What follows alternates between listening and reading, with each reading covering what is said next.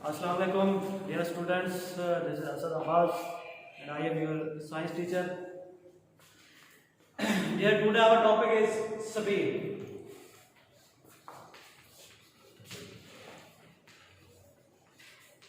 देखिए भाई, पिछले टॉपिक में हमने साउंड के बारे में पढ़ा था, साउंड की वेवलेंथ के बारे में पढ़ा था, फ्रीक्वेंसी एम्पलीट्यूड के बारे में पढ़ा था। तो इसी तरह से एक और टर्म यहाँ पर इस्तेमाल की जाती है जिसको नाम दिया जाता है स्पीड का। स्पीड क्या होती है? स्पीड की हम वैसे जनरल डेफिनेशन ये करते हैं कि distance covered in unit time. एक मखसूस वक्त के अंदर कोई ऑब्जेक्ट जितना डिस्टेंस कवर करता है, तय कर लेता है जितना फासला, तो इसे हम कहते हैं स्पीड।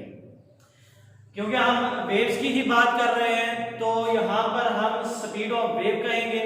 तो इसकी डेफिनेशन ये है कि distance A wave covered in unit time, वो फासला जो कि वेव जो है, एक वेव जो है एक यूनिट टाइम के अंदर कवर करती है, इसको स्पीड कहा है।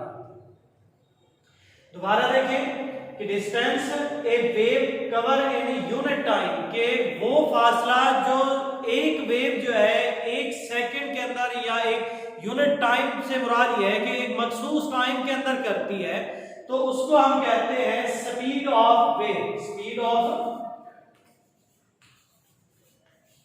वेव, ये उस वेव की स्पीड कहलाती है।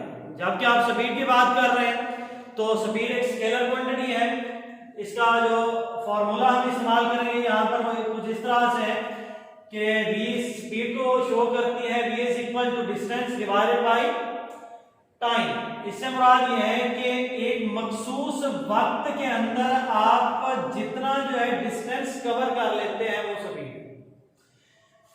इसको हम यूं भी शो कर सकते हैं कि v is equal to S over T, और v is equal to S over T के बाद इसका एक ऐसा यूनिट होता है।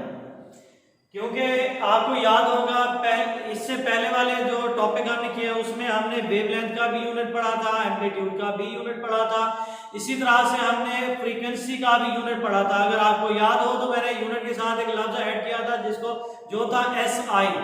SI क्या है? सिस्टम इंटरनेशनल यूनिट होता है ये हर क्वांटिटी का। अब इसी तरह से जो स्पीड हम यूज कर रहे हैं यहाँ पर, तो स्पीड का भी एक यूनिट होता है जो कि है मीटर पर सेकंड। मीटर पर सेकंड बनता कैसे है? ये आपके पास डिस्टेंस है, डिस्टेंस का जो ऐसा यूनिट होता है वो है मीटर। इसके बाद जो टाइम है, टाइम का ऐसा यूनिट जो होता है वो है सेकंड। इसको आप यूं लिख सकते हैं m over s। m over s से मुराद ये है कि जब ये s इस तरफ आप लेके आएंगे तो ये इनवर्स हो जाएगा। इनवर्स से मुराद ये है कि इसके ऊपर जो पावर है वो माइनस में हो जाएगी, इसलिए हम इसे यूं भी पढ़ सकते हैं मीटर पर सेकंड। दोबारा देखिए कि यहाँ पर हमने स्पीड की डेफिनेशन की है। स्पीड की डेफिनेशन में हमने कहा कि distance A wave cover in unit time के वो ऐसा सफर जो कि एक वेव जो है किसी यूनिट टाइम के अंदर कवर कर लेती है, वो उसकी स्पीड है।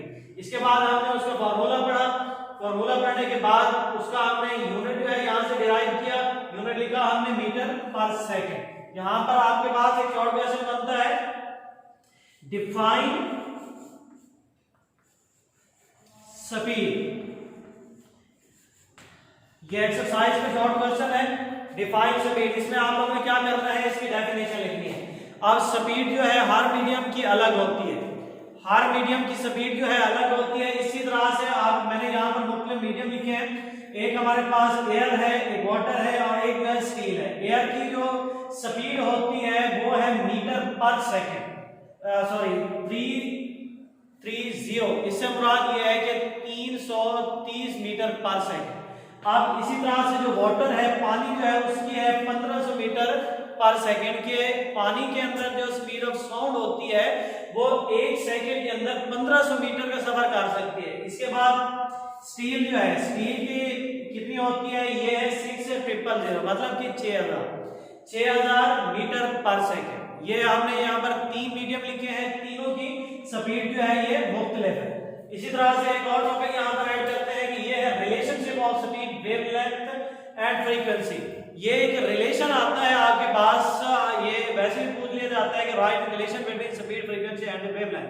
तो आप लोगों ने किस तरह से लिखना है? ये है speed, speed that is equal to wavelength multiplied by frequency. ये एक डेरिवेशन है जो कि आप बड़ी क्लासों में जाके पढ़ेंगे।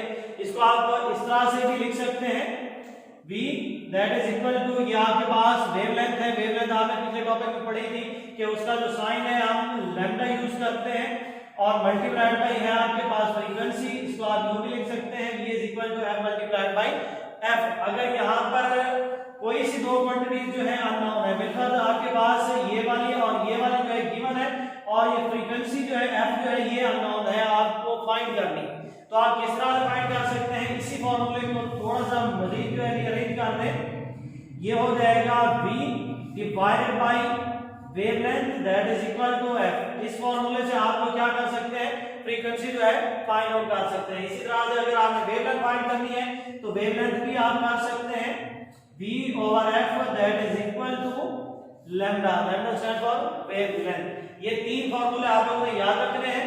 तो आज हमने स्पीड के बारे में पढ़ा। स्पीड के बारे में पढ़ने के बाद हमने उसका फॉर्मूला पढ़ा, फॉर्मूले के बाद उसका यूनिट पढ़ा, उसका शॉर्ट क्वेश्चन देखा हमने कौन सा आता है, और उसके बाद डिफरेंट हमने मीडियम लिए। डिफरेंट मीडियम लेने के बाद हमने रिलेशन पढ़ा इन तीन चीजों का। और डियर उम्मीद है कि आप लोगों को ये समझ आ गया होगा। बिलफात अगर नहीं आया तो सेम ऐसे जैसे आप लोग करते होते हैं, कोई भी वे ऑफ कम्युनिकेशन इस्तेमाल करके आप रब्ता कर सकते हैं। शुक्रिया।